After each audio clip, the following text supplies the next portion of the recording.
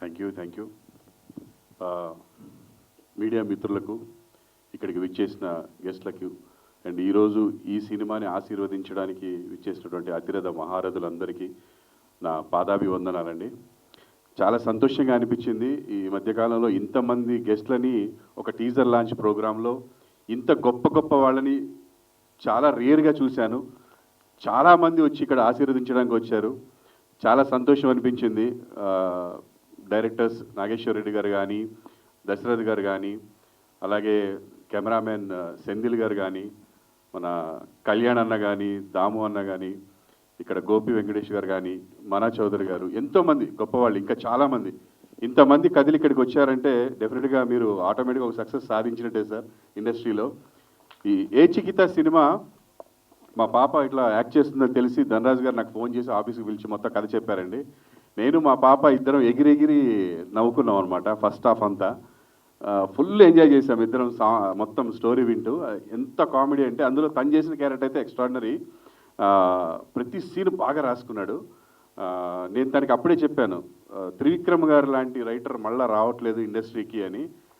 తనలో ఒక త్రివిక్రమ్ లాంటి రైటర్ ఉన్నాడు, పూరి జగన్నాథ్ లాంటి రైటర్ ఉన్నాడు, దశరథ్ గారు లాంటి రైటర్ కూడా ఉన్నాడండి. సెంటిమెంట్ కూడా అద్భుతంగా రాశాడు. అండ్ ఇప్పుడు ఇండస్ట్రీలో నడుస్తుంది ఏంటంటే గొప్ప గొప్ప డైరెక్టర్లుగా ఉన్నవారు 90% రైటర్సేనండి.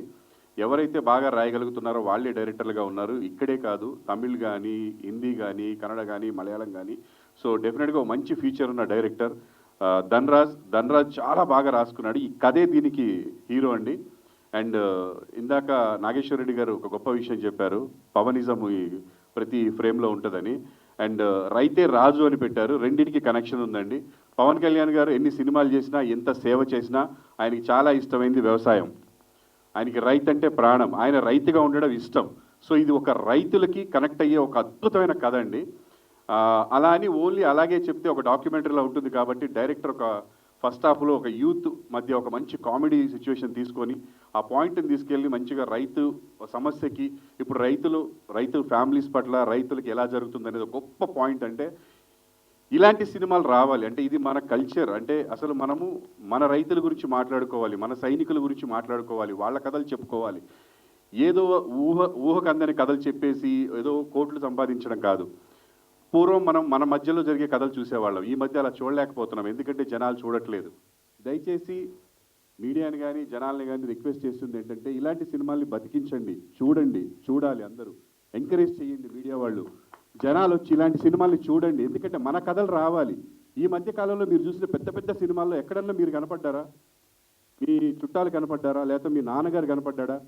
మీ చుట్టుపక్కల ఉన్న వాళ్ళు కనపడ్డారా? లేదు కదా. Of course entertainment, that is entertainment ఇస్తూ కూడా మన కథల్ని మనం చెప్పగలగాలి. అలాంటి రైటర్లు, దమ్మున్న రైటర్ మన ధనరాజ్ అద్భుతంగా రాశాడు. వాళ్ళ ఊళ్ళో జరిగిన ఒక కథ, ఒక ఒరిజినల్ కథలోంచి కొన్ని పాయింట్స్ తీసుకొని, అక్కడున్న కొన్ని క్యారెక్టర్స్ మధ్యలోంచి తీసుకొని దాన్ని ఎంటర్టైన్మెంట్గా ఎక్కడ బోర్ కొట్టకుండా, ఒక సినిమాకి టికెట్ తీసుకొని డబ్బులు తీసుకొని వచ్చిన వాడు ఏదో ఒక పెద్ద విషయం చెప్పేసి ఒక పాయింట్ చెప్పేసి నువ్వు చూడంటే చూడరు. అది లేకుండా ఎంటర్టైన్మెంట్ వేళ చెప్తూ ఒక అద్భుతమైన మ్యూజిక్ని అందిస్తూ గొప్ప పాటల్ని, ఏదో 5 పాటలు పెట్టాలని కాకుండా సిచ్యువేషన్ తగ్గట్టుగా ఒక 3 పాటలు కరెక్ట్గా వచ్చినాయి, 3 పాటల్ని పెట్టి. అండ్ ఆర్టిస్టులను కూడా ఇదేదో వాళ్ళని పెట్టి బిజినెస్ చేయాలి ఇలా కాకుండా ఎవడు సూట్ అవుతాడో వాళ్ళని సెలెక్ట్ చేసుకొని పెట్టుకున్నారు ఇందులో, ఈ సినిమాలో. గొప్ప విషయం ఏంటంటే ఇందాక దేవి గారు చెప్పినట్టు 3 కెమెరాలు ఉంటాయి. నిజంగా బాగా యాక్ట్ చేయగలిగిన వాడే ఈ సినిమాలో చేయగలిగాడు. ఈ సినిమాలో చేసిన ప్రతి యాక్టర్ అద్భుతమైన యాక్టర్. ఎందుకంటే నేర్చుకొని చెప్పాలి. ఇప్పుడు ఏదో పక్కన ప్రాంప్టింగ్ ఇస్తుంటే చెప్పేసి తర్వాత రిలాక్స్ అవ్వడం కాదు. ఎందుకంటే 3 కెమెరాలు రన్ అవుతుంటాయి. ఎక్స్ప్రెషన్ క్లోజ్లో క్యాచ్ అవుతుంది, వైడ్లో క్యాచ్ అవుతుంది. అంజీ గారు మామూలుగా ఉండదు వర్క్. అంజీ గారితో సీరియస్గా హిట్లర్లా ఉంటారు ఆయన సెట్లో. బయట ఫ్రెండ్షిప్ కానీ ఆయన సెట్లో హిట్లర్. ఎందుకంటే ఆ సీరియస్నెస్ ఉండాలి. అంటే నేను ఇండస్ట్రీకి వచ్చిన కొత్తలో చూశాను ఇలాంటి వర్క్ స్టైల్. ఈ సినిమాకి ఖర్చు పెట్టిన ప్రతి రూపాయి కూడా మీకు ఫ్రేమ్లో కనిపిస్తుంది, ప్రతి రూపాయి. ఇప్పుడు వస్తున్న సినిమాల్లో మీకు సినిమాలో ఏం కనిపించదు. ఇదేంట్రా 100 కోట్లు అయిందంటున్నాడు, 150 కోట్లు అయిందంటున్నాడు అంటాం మనం.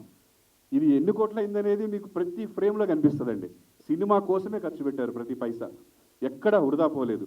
నేను ఎంతగా ఇంప్రెస్ అయ్యానంటే అంజీ గారి వర్క్ యాజ్ ఏ ప్రొడ్యూసర్గా, అశోక్ గారు కానీ అంజీ గారు కానీ, అన్న కెమెరామెన్గా ఉంటూనే ఇది ప్రొడ్యూస్ చేస్తున్నప్పుడు నేను ప్రొడ్యూస్ చేసినప్పుడు కొంత డబ్బు వృధా అయిపోయింది. నేను మళ్ళీ ప్రొడ్యూస్ చేస్తే అన్నను ప్రొడ్యూసర్గా పెట్టుకుందాం అనుకున్నాను. నా డబ్బులతోటి, అన్న నీ డబ్బులతో కాదు, నువ్వు భయపడకు, నా డబ్బులతోటి అన్నని ప్రొడ్యూసర్గా పెట్టుకోవాలనుకున్నాను. అంత మంచి ప్లానింగ్ అండి, అద్భుతమైన ప్లానింగ్, అనుకున్నది అనుకున్నట్టు అయిపోవడం, ఎటువంటి అంతరాయం రాకుండా. నిజంగా ఆ కొండగట్టు ఆంజనేయ స్వామి మీకు ఆశీర్వాదం ఇచ్చినట్టున్నాడు. ఏ రోజు ఎటువంటి అంతరాయం జరగకుండా ఒక సింగిల్ షెడ్యూల్లో అద్భుతంగా పూర్తి చేశాడు. అండ్ ఇందులో నాకు మంచి క్యారెక్టర్ కూడా ఇచ్చారండి. అంటే నేను మా పాప స్టోరీ వినడానికి వెళ్ళాను. ఆ తర్వాత తను సార్ మీరు కూడా యాక్ట్ చేయాలన్నాడు. సరే అంటే సూపర్ క్యారెక్టర్ సరే అంటే తను చెప్తే చాలా బాగుంటుంది, నేను దాన్ని రీచ్ అవ్వడానికి ట్రై చేశాను అనుకుంటాను. అందులో ఒక ఊత పదం ఉంటుందండి. అండ్ నేను ఇలాంటి క్యారెక్టర్ అంటే పోలీస్ క్యారెక్టర్స్, నేను సినిమాల్లో ఎక్కువ ఫేమ్ అయింది కూడా పోలీస్ క్యారెక్టర్స్ ద్వారానే. ఆపరేషన్ దుర్యోధన, మైసమ్మ ఐపీఎస్ అలాంటి సినిమాల్లో హీరోగా కూడా చేశాను పోలీస్గా. కానీ ఇందులో పోలీస్ వచ్చేసి చిన్న కామెడీ టచ్ ఉన్నటువంటి ఒక అదే అదే నా మ్యానేజర్ అనమాట. తెల్లదా నాదెల్దా అని చెప్పి ఒక ఇది ఉంటుందండి. చాలా కరెక్ట్ టైమింగ్లో బాగా పడింది. నాకు చాలా సంతోషం అనిపించింది మంచి క్యారెక్టర్ చేసినందుకు. అండ్ అందరూ బాగా చేశారు. అండ్ నా కూతురు ఇప్పుడు బాగా మేకోవర్ అయింది. అప్పుడు కొంచెం ఆ సినిమా చేస్తున్నప్పుడు ఇంత హీరోయిన్ ఇలా ఏం లేదు.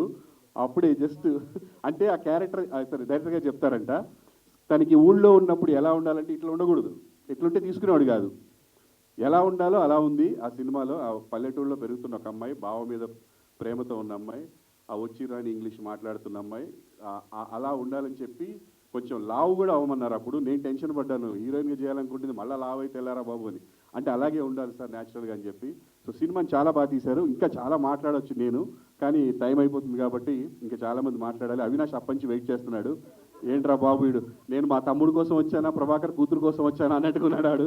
మీ తమ్ముడు కోసమే, మీ తమ్ముడు చాలా బాగా చేశాడు అవినాష్, అద్భుతంగా చేశాడు. వాడికి మంచి బ్రేక్ వస్తుంది. అండ్ గ్యాంగ్ అందరికీ బ్రేక్ వస్తుంది. థ్యాంక్ యూ అందరికీ. ఇంకా ఎస్పెషల్లీ సాంగ్స్ అన్న, నీ గురించి ఎంత చెప్పినా తక్కువే, ఏ ఫంక్షన్లో చెప్పినా తక్కువే. ఫ్యూచర్లో మీతో నేను వర్క్ చేయాలని కోరుకుంటున్నాను మనస్ఫూర్తిగా. యాజ్ ఎ డైరెక్టర్గా మిమ్మల్ని మ్యూజిక్ డైరెక్టర్గా నేను పెట్టుకొని చేయాలని నా కోరిక. ఎందుకంటే ప్రతి సాంగ్ నాకు నరాల్లోకి ఎక్కేస్తున్నాయి. మీవి ఏ సినిమాలో విన్నా, మీ ప్రైవేట్ సాంగ్స్ కూడా. అండ్ అందరికీ all the very best. Garudavega అన్న, అంజన్న అండ్ అశోక్ గారు, మీ ఇద్దరికి బాగా డబ్బులు రావాలి. ధనరాజ్ గారు లెక్కలేస్తూ ఉండాలన్నీ. సో అందరికీ all the best. Thank you so much. మరొకసారి అతిరథ మహారథులు గెస్టులందరికీ చాలా థ్యాంక్స్ అండి, ఈ సినిమాను ఆశీర్వదించడానికి వచ్చినందుకు. Thank you.